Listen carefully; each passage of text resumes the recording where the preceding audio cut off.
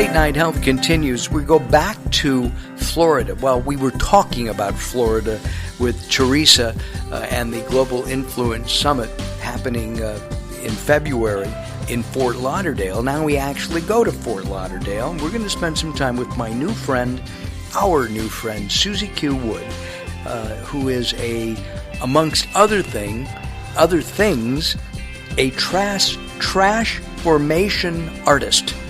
She's healing the planet one piece of litter at a time. SusieQ, welcome to Late Night Health. Thank you so much. It's such an honor to be on your show. Oh, well, thank you very much. What's a transformation artist? Well, I like to call it trashformation. Trashformation, right. But it is transformational, too.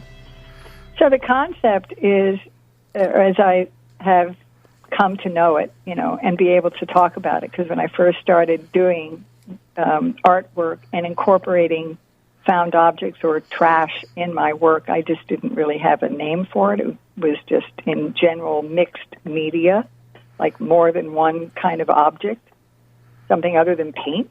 Right. And I for current, from where I'm standing right now, the idea is to heal not only myself in my own personal little things that I have cast aside and not paid attention to and not valued, is that the litter actually has become a symbol of that and a metaphor for those parts of me that need to be healed. So whenever I find something either within myself or outside of myself, and it's kind of all the same anyway, right, that doesn't have any value on it, I can actually give it value, and other people can give it value. So it's really a wonderful process of taking something that has been disposed of, discarded, and transform it into something that's amazing and fabulous and beautiful. And people come up to my artwork and they say, "Oh my gosh, that's so beautiful." And then I'll say, how does that make you feel? What? When they say that? How does that make you feel? Well, it makes me feel great that they, number one, that they love my work and that they think that it's beautiful. And I also find it rather odd in a way. Because when I tell them it's trash, it was like they're taken aback. Like, what? How could that possibly be? How could that possibly be? And then they look at it closer, and it was like, oh, my gosh, you're right. So the conversation goes from there. As you're walking down the street and you look ahead and you see a cigarette butt. Yeah. Or a can, a crushed can.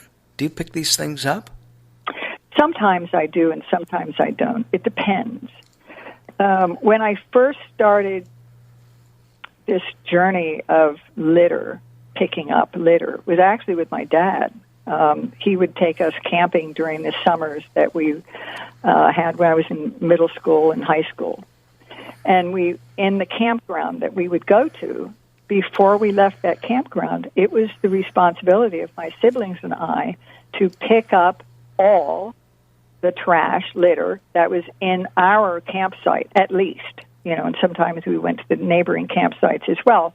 But that was what we did. That was the standard mode of operation, was to make sure that we left the place in as good as or better condition than when we found it.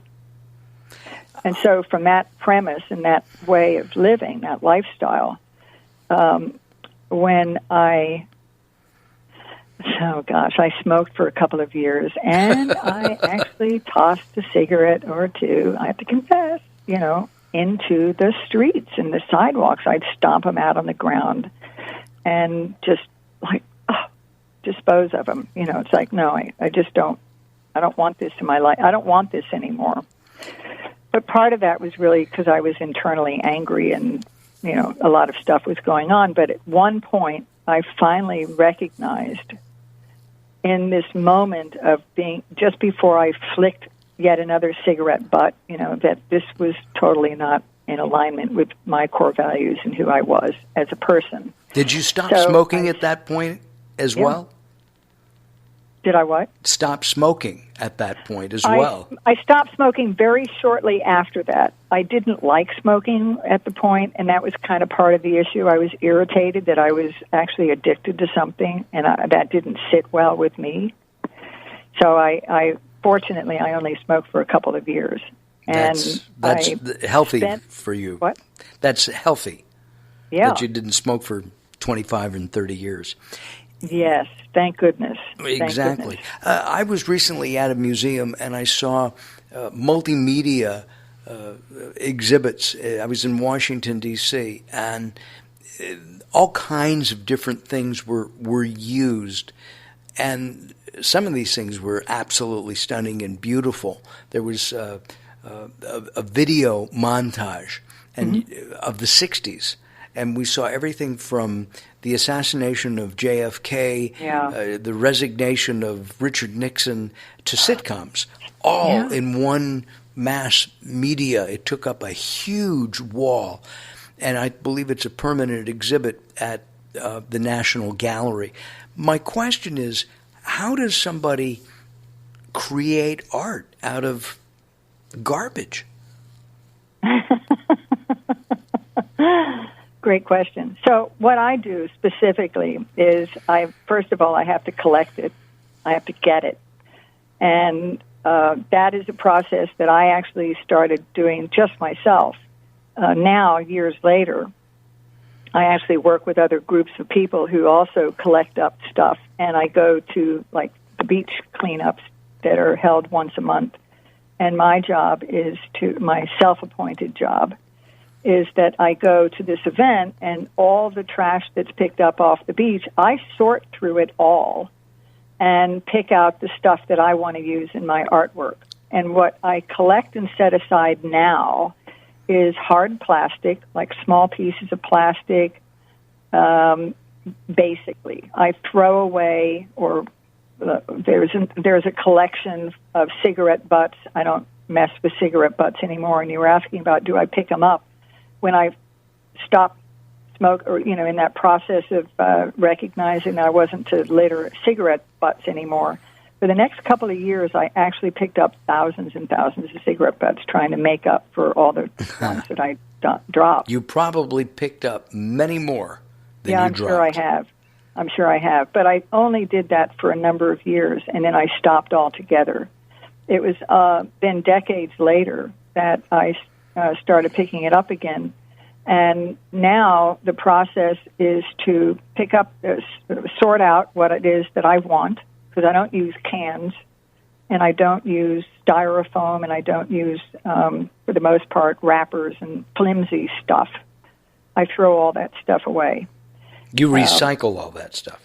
Well, it can't be recycled, unfortunately. Oh, if it's wow. been next to food, it can't be recycled. I mean, there's really, unless there are companies specifically that will address stuff like that, I think today a lot of it's, that's a whole nother story, and that's investigative to really figure out, where does it all go, and how does it get recycled, and how much of what we think we're recycling is actually getting recycled. Absolutely. Our guest, by the way, is SusieQ Wood.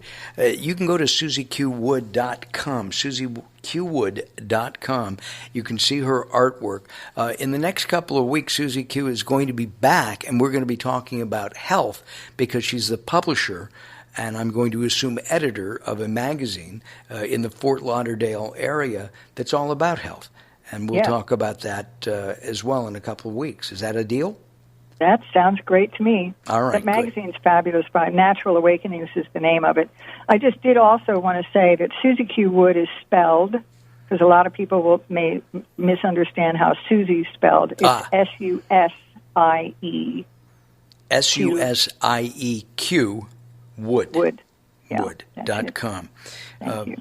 One of the transformational teachers I had in high school was George Wood, by the way. Oh, cool. He was a speech teacher, and he was He was a wonderful guy, and just a few years older than all of us in high school. He couldn't have been more than 10 years older than us.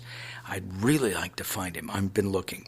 Anyway, our guest is SusieQ Wood. We're talking about trash formation, healing the planet one piece of litter at a time, and turning it into beautiful works of art. You have a degree in art. Yes. You've always been artistic. Yes. Unlike somebody like me who can't draw a straight line with a ruler. and I'm when we first met a couple weeks ago, I was thinking about, one man's garbage is another man's, art. Yes, a value. Yes, a value. We just have less than a minute to go. Would you agree with that statement? I would. It's always in the eye of the beholder, and what is precious to one person is just nothing to another person. Late Night Health continues. SusieQ Wood is our guest. You can visit her at SusieQWood.com. That's spelled SusieQ Wood.com. SusieQwood.com. When we come back, Susie and I are going to continue our conversation and talk more about cleaning up the planet. What are we going to do with all the garbage that we have? And I was thinking about all the electronic garbage we have. Maybe we could turn that into some kind of artwork too, especially, as I said, for somebody like me who has no artistic ability whatsoever. Well, maybe radio and TV. Maybe. We'll think about that. Susie and I will be back, and then after Susie, we'll be talking with Robert Weiss, the author of Out of the Doghouse, Is Internet Porn Cheating? It's coming up here on Late Night Health. Don't you dare go away. More happening. If you or someone you love suffers from drug addiction, now is the time to utilize your private health insurance PPO plan. If eligible, receive up to $30,000 or more in substance abuse benefits with low or no out-of-pocket cost. We are the National Treatment Network, the premier drug and alcohol treatment referral service operating 24/7. We help connect you with facilities nationwide that accepts PPO private health insurance for substance abuse. If you have PPO substance abuse coverage and you need immediate admittance to a medical detox or residential rehab treatment center, call us now. Call our live referral helpline today. The call is free. This program is not available to Medicare or Medicaid customers. Call 800-296-1252. 800-296-1252. 800-296-1252. That's 800-296-1252. Are you being audited and do you owe the IRS $10,000 or more in back taxes? Is the IRS threatening to take more of your money? Don't fight the IRS alone. The Tax Doctor is here to help you negotiate a lower tax bill. The IRS can freeze your assets and seize your bank accounts, but you can stop these IRS actions. The Tax Doctor will fight for you using industry secrets that can stop any IRS actions, eliminate penalties and interest, and reduce your past tax bill so you pay the IRS less. If you owe $10,000 or more in back taxes, call the Tax Doctor now for a free IRS audit emergency review. 800-663-5107. 800-663-5107. 800-663-5107. That's 800-663-5107.